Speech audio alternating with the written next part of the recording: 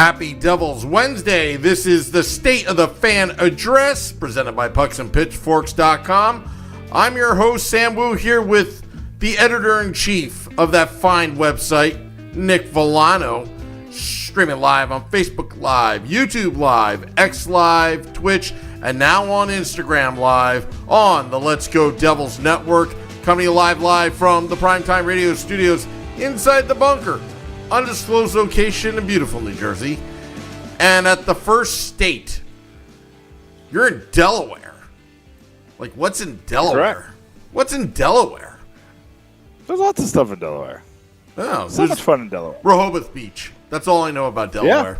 Yeah. Rehoboth Beach, and do you know, right next to Rehoboth Beach is Dewey Beach, home of the number one brewery in America, according to USA Today, Dewey Beer Co. Really? And I say, understanding that, you know, we are we love Departed Souls when we're up in New Jersey, but they don't have that here in Delaware. They need to expand here, and then I'll spin their grazes, spin their whatever. I don't know what the saying is, but Spread the love. That's what I'll call it. I will spread the love. Yeah. Listen, when I'm at American Whiskey, I'm getting an Anchor Brew, Departed Souls. It's my go-to, but they don't have that here in Delaware. So I go to my Dewey Beer Co. We enjoy it. It's fun. It's good stuff. Good stuff indeed. Just a little programming note. Game Day Live and Devils After Dark will be on the big stage at American Whiskey tomorrow. I had to put that in there. Yeah. About to lock down a guest, am I too. wrong to say? What's that? Am I wrong to say that the Devils are undefeated when we're on the big stage? Ooh, that's very nice. That's yeah. That's something we can talk about. Also, the Palat jersey is going to be sent out on Friday morning. Okay. It's on my to-do list before I get my haircut. Listen. So let's start there, because we're about to have Arthur Staple on, kind of a New York, New Jersey hockey connoisseur, to speak about our Devils, kind of their comparison with everybody else in the Metropolitan, and kind of what that looks like. But that's the big thing that's happening right now, is they're making changes to the lines. Palat was moved down for Nason over the past couple days, or the past couple games, I'm sorry.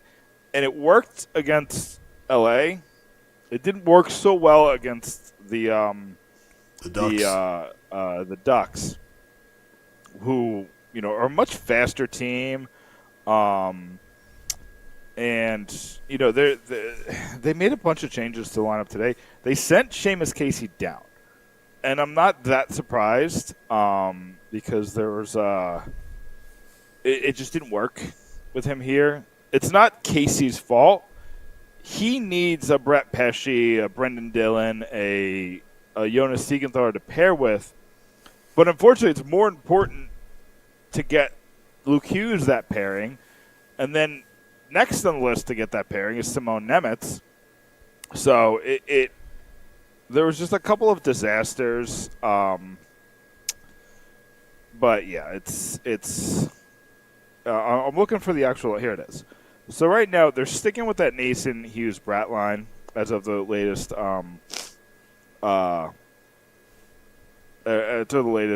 practice. The big changes come next. Palat is back in the top six. Don't love that, but paired with Nico Hischier and Arseny Gricic, a strange line. I like some of what Palat does. It's not worth $6 million, but I like some of what he does. And then the third line is Timo Meier, Dawson Mercer, Connor Brown. So good to see Connor Brown back. They really needed his presence in the lineup the past two games. And then the fourth line is Paul Cotter, Juho Lammikko, and Luke Glendening. So the big changes you're seeing is Mercer's back at center. Glendening is not playing center, which is weird because they brought him in to win faceoffs. But I've really liked what Lammikko is bringing to the team. So I like that they're giving him a shot. And then, like I said, they sent down Casey, called up Colton White, and And it looks like Cholowski is going to get the majority of reps until Pesci returns, which don't love, but kind of an is what it is situation there. Yeah. Well, you know what? I'm interested to see that fourth line, to be honest, because there's got to be a reason why you would put Glendening on the wing. In case Lamico gets kicked out, you got your other experts face-off guy. Yeah, I mean, my thought process is maybe you bring out Glendening for offensive zone face-offs with Jack's line, and then you have him run off. They did this with McLeod. I know he shall not be named, but they did this with McLeod 3 or 4 years ago, where they had McLeod take the face-off, then dip. Glendening's not fast enough to do that, in my opinion, but maybe it's something that, like, he's your ace in the hole to win the face-off when you absolutely need it. That's the only thing I think of. Yeah. Why you would have him on the wing is so you're kind of not double shifting him so much, but giving up double duty, and you have enough time to do that because you're only going to play like 6 or 7 minutes on the fourth line. Yeah.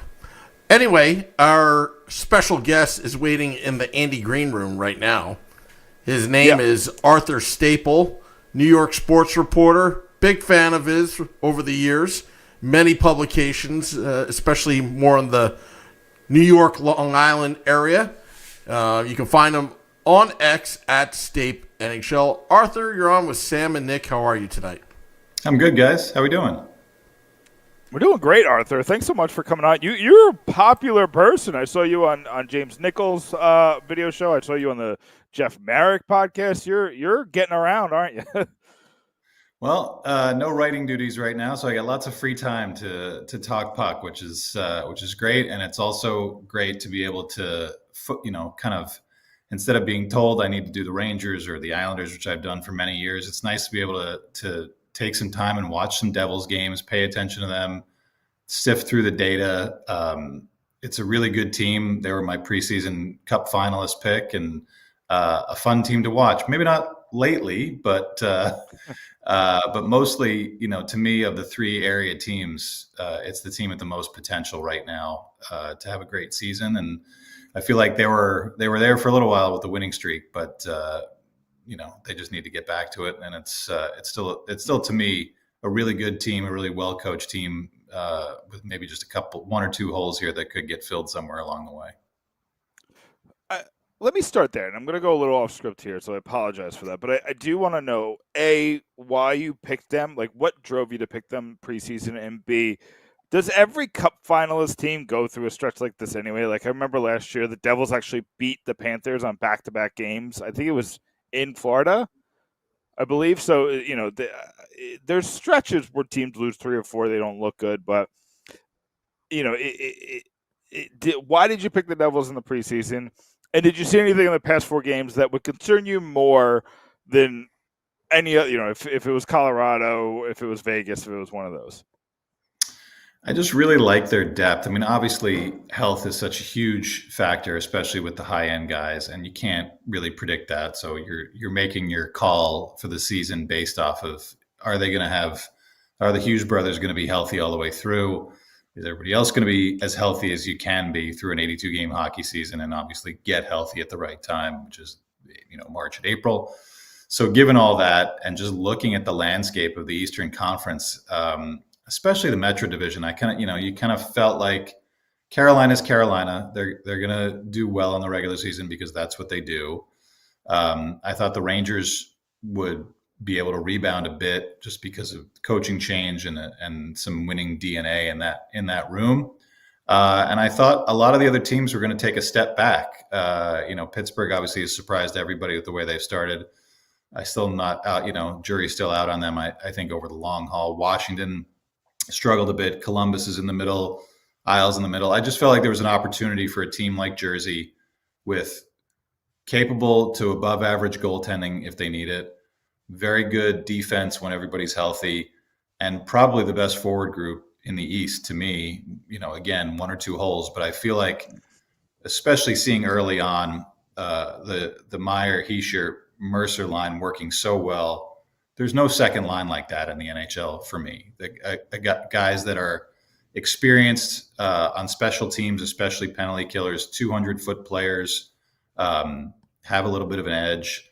That's an incredibly difficult matchup. And then obviously when Jack and Jesper Bratt can get going like they did during the 8-game win streak, it's a team to me that, seeing enough of them over the years and knowing what the potential is, I felt like they'd be tough to handle, especially offensively. And I really still don't feel they need to have 9-20 goaltending to win, even in the playoffs. I look at them like Colorado a few years ago, where you've got so much firepower and you've got some grit. You've just got good balance all the way around in their top 18, their D and their forwards, that you get that Darcy Kemper level, 900 or so, especially in the grind of a playoffs. I still think they can succeed. So I think the template is there, and I think the 8-game winning streak really showed their best. I don't know if they can get back to that in the regular season, but I think that's a great thing to have early in a year to give your team confidence that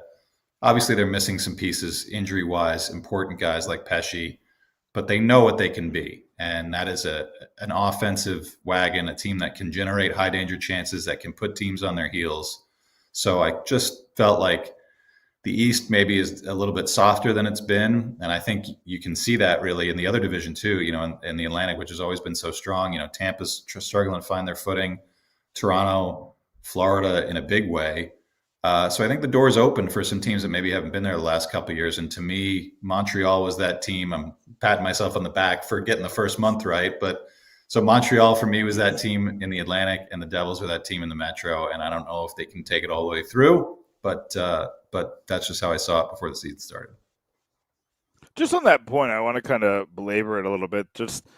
I look at Montreal, and I look at the Rangers, who's another team that you watch very closely. I think about who they're trotting out at second line center, and even Carolina, another one that's supposed to be a top team in the Eastern Conference. None of them are even in the same conversation as Hischier. So I do agree with you. Like, that's such a huge, that's a step up on everybody in the Eastern Conference that the Devils have this, Hughes and Hischier combo. Because a lot of the other 1-2 combos are in the West. Colorado, Vegas, Edmonton. Like, they're the ones with the comparable 1-2 combos. The East doesn't really have anybody like that. Yeah, and I think even, again, you're not necessarily going to see it all the way through, but like Connor Brown coming in as a third line, Cody Glass before he got hurt, and obviously that's kind of been the knock on him to be consistent with his health. I think supplementing the way that they could, and Paul Cotter being a fourth liner now after a guy who produced really well for them last year. There's pieces there that can kind of move up. I think Griciak was maybe a guy that nobody really, I certainly didn't know much about him, but he's a guy who's looked like he's pretty versatile in it, up and around the lineup. So they've got guys not just outside of those, those top five, I guess you could say. You've got 3 or 4 guys that are showing that they fit in well, that they can supplement scoring wise and be a decent bottom 6, at least up until the last 4 games. And also, if they can make it work contract wise, you see very clearly where the spots are that they can add if they are still in first or second or wherever as we get to the Olympic break, closer to the deadline. I think having that clear need right now, even in November, where Tom Fitzgerald can start to say, okay, we need a 3C. We know that that's the thing that we need the most, or we need a top 9 winger to sort of slot in with Jack and Bratt, or be a guy who can kind of bounce around. So I think that's a luxury too, for a general manager, to know that your team is 90% complete, and when it's playing well, can beat anybody. And then you say, okay, now I can start 4 months out from the deadline and start hunting down, scouting, putting my pro scouts in a position to find this guy, as opposed to saying, well, we have this hole and that hole and that hole, and maybe we could make the playoffs if we squeeze in and we can get on a run. You want to be sitting in a position where they're sitting right now, even with the last few games being as rough as they have been, to say, we know what we've got. We've got maybe the best top, 1-2 punch center wise in the East. We've got some guys that have shown out well that maybe, don't know if we can rely on them, but when they're in there, they've been playing well and playing part of our system and contributing key goals. So it just feels like a team that's ready to do something big and not just kind of hope that they get in or pile up enough points or kind of, have too many glaring spots in their overall game like they've had when they've had the chance to be good in the last decade or so. I kind of want to pull the cord on that a little bit because you kind of mentioned trades just in passing, but I kind of want to talk about directly. Do you think this team looks at itself like a team that should be like in 2022-23? It seemed like they were in on Meyer from like the second he became available. And I'm not hearing that about the top guys that are available right now. You don't hear about the going after the Russ, the Raquels, or the Ryan O'Reillys, or even, Stamkos's name is going out there. You don't hear the Devils' name a lot in that.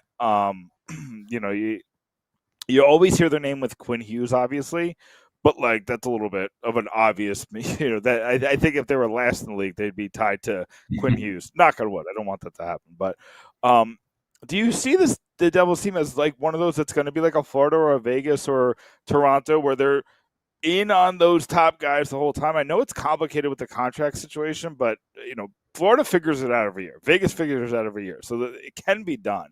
Do you see them as one of those teams, or do you think they're going to kind of bide their time, let some of these guys get healthy, and just kind of wait to see if maybe they can get some deals?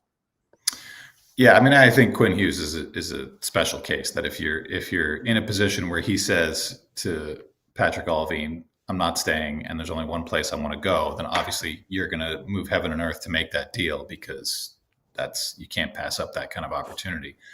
I think if you're looking at improving the team this season as it gets deeper into it and filling those spots that need filling, I don't know that they need to be in on those huge. I mean, yeah, you'd love to have a Raquel or a Rust in your lineup, but I'm sort of thinking, if we're staying local and the teams that I watch a lot, I think JG Pageau would fit the need that this team has. He's a guy who has, gone deep in playoffs before.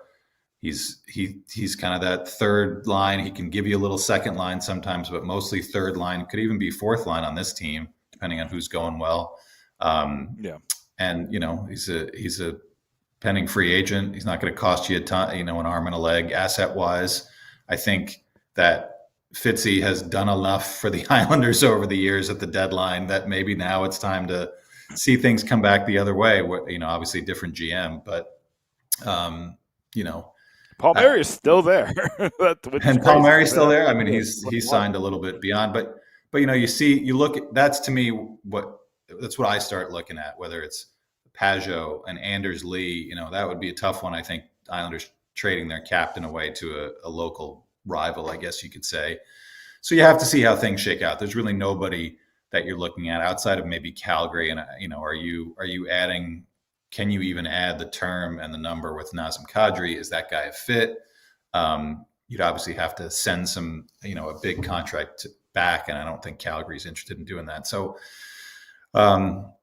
you do have to wait. I think you just sort of do your scouting, compile your lists, you get through the Christmas break and you start to see maybe some teams peeling off a little bit. It's such a strange start to the season in the first month in the East with whatever, a dozen teams with 13 or 14 points. Nobody's out of it.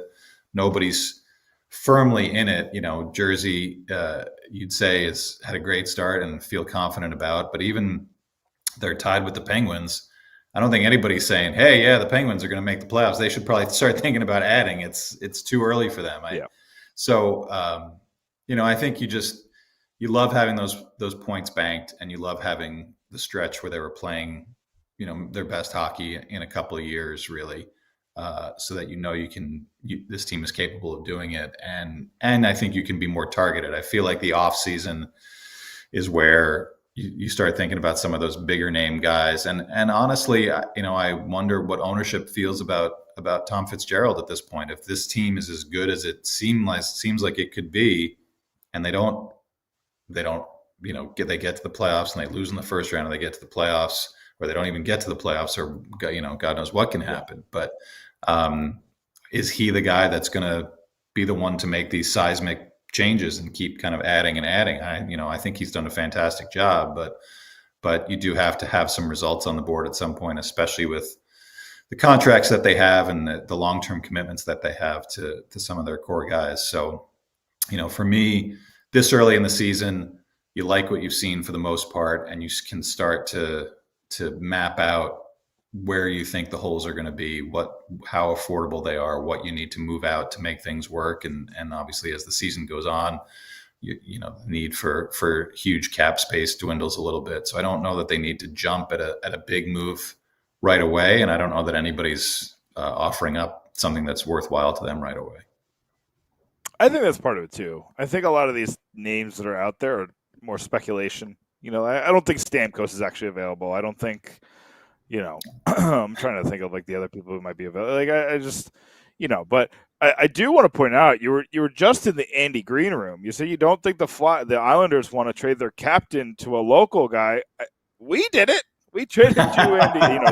The Devils traded the Islanders Andy Green. So I'm just saying there's precedence here. So the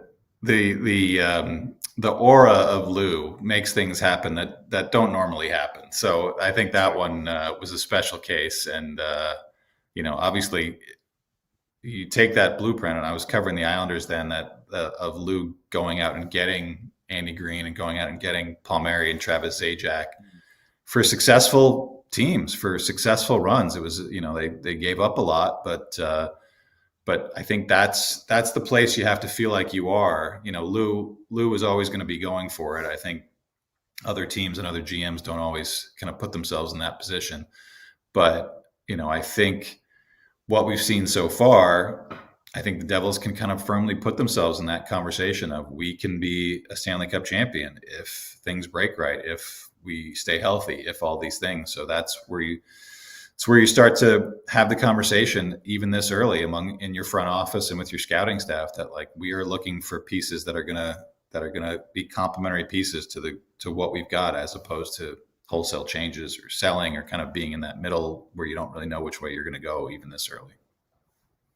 So before, we're coming to the end of the interview, I want to ask you one more question, and I want to focus on Jack Hughes because I think the world went a little nutty after the Toronto game because he scored a hat trick against the most popular team in the league. It's basically like scoring 5 touchdowns against the Cowboys or hitting 3 home runs against the Yankees, right? It's going to be the first thing on the talking head shows. It's going to be on every podcast and we talked about it. Everybody talked about it. But because of that, people swung the other way. Said, actually, Jack Hughes isn't that good. And it was like, he's not a top 20 player. He's blah, blah, blah, blah, blah. So as a guy who's been watching this area, all of Jack Hughes' career, and you've always had an eye on the Devils. You've seen him a lot playing the Islanders and the Rangers. You've seen him go nutso against the Rangers. What are your thoughts on Jack Hughes as, where does he fit in the NHL pantheon right now? I mean, he's an MVP candidate this year. This is a guy who is a playmaker and has kind of, had this reputation as being a guy who loves the pretty play versus over the smart play, let's say, over the years. Tied for the league leading goals. I just think he looks like a guy who is so skilled and so determined, especially with the injuries, to prove that he can be an impactful player, that I think he's trying to do things now just to sort of remind people that, I was the number 1 overall pick for a reason. And the things that have hampered me in my career have nothing to do with my skill level.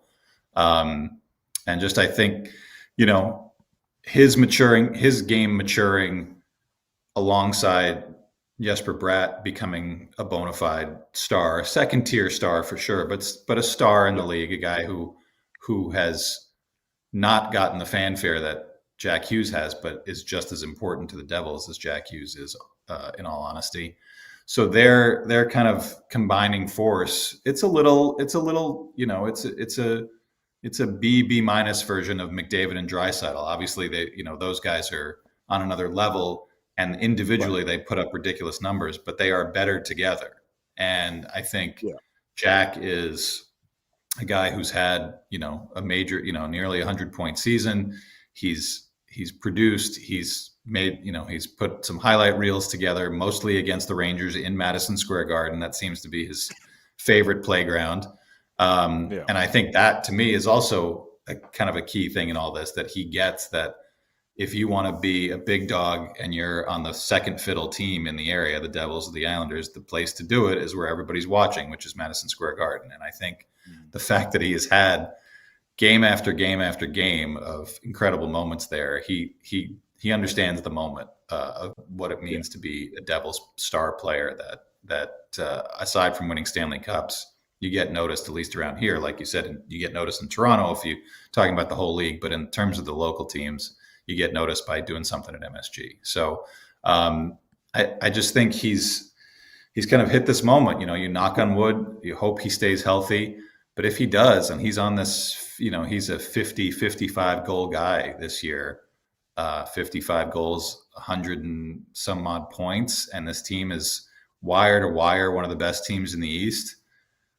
Why isn't he a Hart Trophy candidate? Why isn't he an automatic finalist the way that McDavid is, the way that McKinnon is? Like, this is a guy who makes them go. And I don't really get any of the hate that he gets. I think some of it maybe is, you think back to guys like Austin Matthews or Mitch Marner or even McDavid earlier in his career. These, when they come up in 18 and 19 years old, and then a few years later, you're 25, you're more mature, you're growing a little bit as a person, and everyone's still stuck on your snotty attitude as a teenager. I'm kind of like, if we did that in life, gosh, where would anybody be? So I feel like I'm still deleting Facebook posts. I'm going back from one of my teenagers deleting some of those Facebook posts. So I just sort of feel like, but just not something I want out in the world today. Right, exactly. I'm old enough that none of my teenage indiscretions ever made it to social media, so that's plus for me. But so I just kind of feel like, let the guy be a good player. Let's not worry about what happened 5 or 6 years ago when he was first on the scene, and thinking about him in the context of right now. A healthy Jack Hughes, to me, is a legitimate Hart Trophy candidate year in and year out, especially if the team is going to be this good, because he's got the right pieces around him. And I kind of feel like when you look at an Edmonton, even when you look at a Colorado, like, notwithstanding the horrific game there last week or 2 weeks ago, whatever it was, the Devils match up with anybody. And when you have a team that matches up with anybody and can score with anybody and is an elite team, your star player is an MVP candidate. So, I don't know why people need to take him down a peg, because he's legit. I appreciate that. I love that. And Arthur, nobody's going to take you down a peg, because you were great in this interview. You've been great with the coverage of the NHL and especially the New York metro area team. So take a second, let our fan base who might be following you for the first time this year, let them know what you're working on, where they can find you, and plug anything that you got coming up. Like you said, on X, Stape NHL. I'm on Blue Sky. I don't post quite as much there. Do co-host Hockey Night in New York, which is an Islanders podcast. But I think in the coming week or so, there'll be some things that Devils fans will be really excited about that I'll be involved a part of, with some familiar Devils faces. So stay tuned. I can't say more than that right now, but it's going to be fun for Devils fans. Wow. We are the Tease podcast, Sam. Everybody comes on here and says that I got something great. Can't tell you what. It's a tease. We are the Tease podcast of the New Jersey Devils. But, Arthur, I really appreciate that. We'll definitely use our socials, too, to kind of share it once you kind of announce it. So we'll keep an eye on it at Stape NHL to see what that is. I'm interested. I'm Tease. I am thoroughly locked in. I love that there's so many more people covering the Devils now, and so many more people putting their focus on this team as this team is getting better. I love it. I want as many voices out there as possible talking about the Devils. So, Arthur, you've been a welcome sight to this fan base. We really loved having you on the podcast. We're definitely going to have you on again soon. Thank you so much for joining us. You got it, Nick. Thanks a lot. Appreciate it. Thank you, Arthur. That is Arthur Staple. You can find him on X at Stape NHL. That was a tease, Nick. Total They tease. always get us. They get us with the tease, and then I'm all interested, and I was like, oh, I want to know. Well, guess what? I got a guest for the big stage tomorrow. Who's that? I can't tell you. It's a tease. But I'm going to throw something at you, Sam. I'm going to throw it from Delaware. Actually, I was confirming plans while you were doing the interview with Arthur. I'm like, finally nailed it. Finally nailed it. I'm going to do the thing that my wife does when I say I have a surprise for you, and she guesses like Beyonce tickets. Is it Bobby Holik? So now you have to say, do you want to say anything, or is it bad? I just plead the fifth on anything. I buy her flowers, and she's like, and I was like, I have a surprise for you. Beyonce? No, bunch of flowers. I can't get anything by Mrs. Wu though, because anytime I try to do a surprise, she already knows what it is. Because I'm such a clown that I can't keep it. I have to be sneaky, and she's already suspicious when I'm sneaky. Looking through your emails, what confirmations are coming out? Yeah, I mean, the other day I got caught at McDonald's. That was another fiasco. Were you trying to get Boardwalk on the Monopoly? That's what it was. I should have used that excuse. See, I'm quick on my feet. You gotta be quick. Well, this is what happened. I wanted to go to Dunkin' originally, but the line was so long in the drive-thru. But there was a McDonald's nearby, so I decided to hit that McDonald's. And that's how I ended up at McDonald's. Anyway, enough of food, which I tend to discuss a lot on this podcast. The Devil's injury front. Tell me more. Yeah. Tell me more. Listen, which is front page, which was front page on pucksandpitchforks.com, by the way. It was. Listen, it wasn't all bad. We learned that Cody Glass is close. We learned that Zach McEwen is close. But I was assuming that by now, Evgeny Dadonov would be close. It's been about 4 weeks since the injury. The injury is supposed to be a 4 to 6 week injury. And we heard the opposite. Sheldon Keefe came out today and said he's not close. So that stinks. And then Connor Brown is. Well, he was skating. Yeah, he's on. We talked about it. He's on that. Was he? He was on the first line. No, he's on the third line. Third line. Yep. With Mercer and Meyer. Yep. Which I love that line. Yeah, and that's like the main updates. We didn't get an update on Pesci. I don't think you're going to get an update for 2 more weeks, which is sad. I think Pesci's out for at least a month. And I wanted to get to this with Arthur, but we just we were talking about too many other things. But that Pesci injury is heavy. It's just because, and it comes down. You see it with Seamus Casey getting sent down today. The lineup doesn't work when he's injured. It's similar to Cody Glass. Do I think Cody Glass and Brett Pesci are the best players on the team? No. Are they even the best?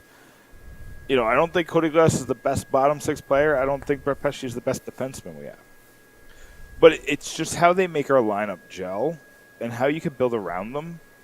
That them both being out of lineup is really hurting Sheldon Keefe's ability to make all the lines work. Because when you're trying to replace Pesci with Seamus Casey, who are just they change the needs of each line, and I think it could have worked if he got creative, but he really didn't want to break up Siegenthaler and Hamilton, which is weird to me because they're not playing that well statistically. But he really likes that line. I guess he kind of bigged last year with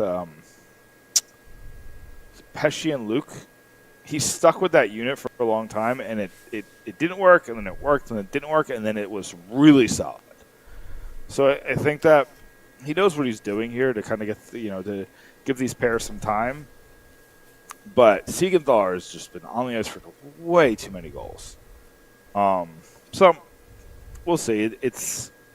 I thought the first few games of the season he wasn't bad. He just fell off on the face of the earth. It's not even like he's making bad plays. It's just that he's not gelling with Hamilton. Hamilton plays a very specific type of game, and it can be good when it's like listen, like when he was playing with Pesci in Carolina, they were nails. They were amazing together. I'm trying to think of the other guy who was really good. I mean, when he was playing with Dylan last year, I think he'd be great with Dylan this year. Dylan's playing incredibly this year. And Sam, I gotta pat myself on the back again. Do it. Pat yourself on the back. Because I said preseason, I think you see a better Brendan Dillon. I think you see a big contributor in Brendan Dillon because he brings everything that the Devils need from that back front that they're not getting from the other five guys. And he got that neck surgery. And we saw what Jack Eichel looked like after that neck surgery. Like, Jack Eichel was struggling a little bit. Just a little bit. He was still a star, but he became a super-duper star after the surgery and is now one of the best players in the game. I don't think Dylan's going to get there, but Dylan, statistically and analytically, has been the Devils' best defenseman. And, I think that surgery has a lot to do with it. He's looking spry. And I think that's important for his game. So what is Dananoff doing right now? Is he just resting? Is he with the team? I don't think he's with the team. I'm sure he's at the facility. You know what I mean? Like rehabbing and with that. But you can't, a broken hand just kind of has to chill. Yeah, so and you don't want to rush it back where you break it again.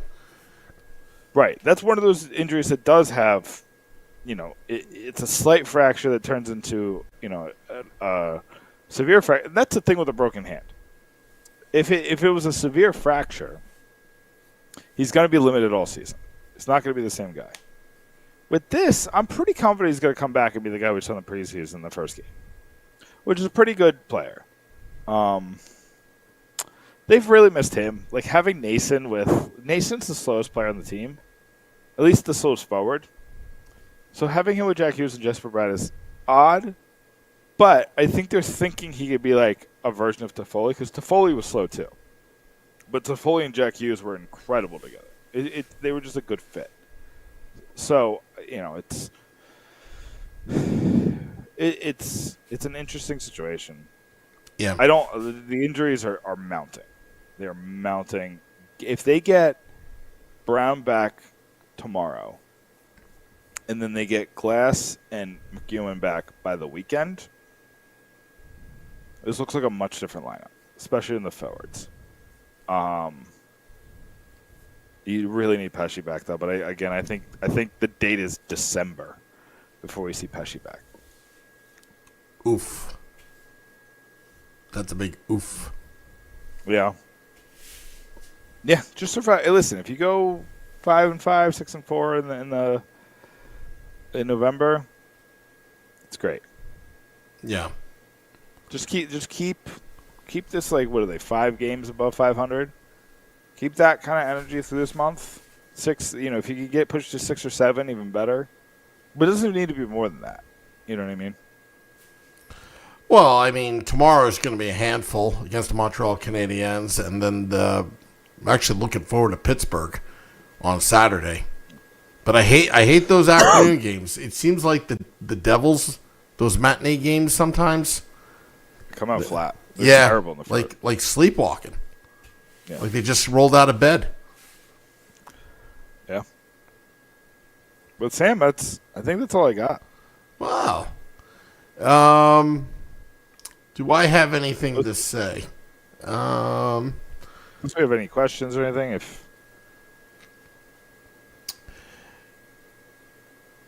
No, I'm good. I'm glad that downtown. When I saw downtown Connor Brown was skating, I was so happy. I was really, really happy. Yeah, I think that's huge. I kind of assumed it. I didn't think his injury was that severe. Happy to see Glass skating. think it'll be a couple games until we see him. But if we could see him by early next week, or if we see him on Saturday, great. If we see him the game after that, I'm happy as a clam. Well, and that Markstrom's back as well. Don't forget about that. He did make a valiant effort to redeem himself after that Colorado debacle that he looked pretty good against the Kings. I'm assuming that Markstrom is getting the call for Thursday. I would assume Tomorrow. one and the other. So I assume it's either Markstrom on Thursday and Allen on Saturday, or Allen tomorrow and then Markstrom on Saturday. Yeah. But I assume you're correct. I assume it's going to be Markstrom. Yeah. All right. You got anything plug? Yeah, pucksandpitchforks.com. We got a bunch of new articles up. We have stuff on the injury front. We have stuff on somebody wrote about Jonas Seekenthal being kind of a disappointment. Somebody wrote about the reasons why the Devils are still Stanley Cup contenders. We had somebody write 3 teams that would be interested in Andre Palat. I'm going to write 2 articles tonight. I'm just committing to it. 2 articles tonight. Jersey Joe has one on the impact of the injuries and how people coming back is going to really solidify this team, and not to worry too much because the record is still glowing, so we're still in good shape. So we got a lot of articles coming out. pucksandpitchforks.com. We'll have a whole month articles every single day. Wow. I'm debating if I should reveal who's going to be on the big stage tomorrow. I mean, that's how you get people. You need to get people. You need to get butts in seats. Yeah. So I feel like you should reveal. No, I'm not going to reveal. Not going to reveal. Nope. Just in case there's a cancellation. Okay. You never know. I don't care. Do whatever you want. All right. Well, there will be a morning woo tomorrow. Oh. Yeah. I have a streak going with the morning woo. It's going to be 33 straight days. There you go. Since the maiden voyage of the morning podcast. You're on a Dawson Mercer type streak. Yeah. I'll tell you what, though. I think I've cornered the morning market at 6:30 a.m. in the morning, Eastern time. Yeah, not many people doing podcasts at 6:30. Yeah. Now watch them. Now watch this start popping out. Just watch. Anyway. Listen, we're trendsetters, that's for sure. Yeah. All right. Well, we're going to get out of here. Just got to play the music. I want to thank all those tuning in. Yes, I'll be at American Whiskey tomorrow. Big stage. You look at the weather. It's a high of 50 degrees Fahrenheit. But it's going to have the outdoor game feel. Speakers? Yeah. Oh. Yeah. Outdoor game. Yeah. So, all righty. Well, we'll see you later, and go to pucksandpitchforks.com. And until next time, let's go Devils.